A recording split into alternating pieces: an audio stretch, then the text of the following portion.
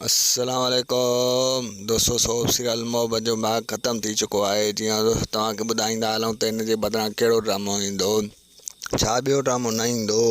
इन जी सभिनी तफ़सीलात ॼाणण लाइ जेकॾहिं अव्हीं असांजे चैनल ते नवां आहियो त महिरबानी करे असांजे चैनल खे सब्सक्राइब कंदा, जी हाँ ईंदा नई ख़बर जल्द खां जल्द अव्हां ॿाहिरनि ताईं मुहैया थी सघे। दोस्तों हाणे हलूं था ड्रामे जी तफ़सीलात जी तरफ़।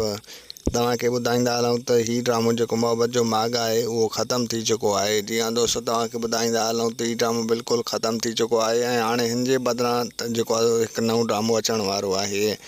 जी हाँ दोस्तों, तव्हांखे ॿुधाईंदा हलूं त उन नए ड्रामे जो जेको आहे सो टाइम टेबल वग़ैरह इहो ई हूंदो ऐं इन खां अलावा उहो ड्रामो कॾहिं शुरू थींदो। जीअं सिंध टी वारा का नई अपडेट ॾींदा त ॿाहिरनि सां असां तमामु जल्द शेयर करे छॾींदासीं ऐं ॿाहिरनि खे ॿी ॻाल्हि बि ॿुधाईंदा हलूं त जेको आहे सो सिंध टीवी ते मशहूरु ड्रामो जेको हलंदड़ आहे हिन वक़्तु तकरार, उहो ड्रामो बि पंहिंजे पुॼाणी ते अचण वारो आहे।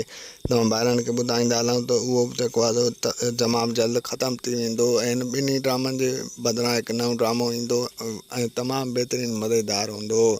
ऐं ॿाहिरनि खे ॿुधाईंदा हलूं त जेको आहे सो सिंध टीवी तमामु घणो मशहूरु थी चुको आहे इन्हनि ड्रामनि जे करे ऐं नवां ड्रामा अञा ईंदा जीअं सिंध टीवी अञा मशहूरु थी वञे। अव्हांखे मुंहिंजो रिपोर्ट कीअं लॻो कमेंट में पंहिंजो क़ीमती राय ज़रूरु ॾींदा वठंदासीं। इजाज़त मिलंदासीं हिन वीडियो में, ॾींदा इजाज़त। अल्लाह हाफ़िज़।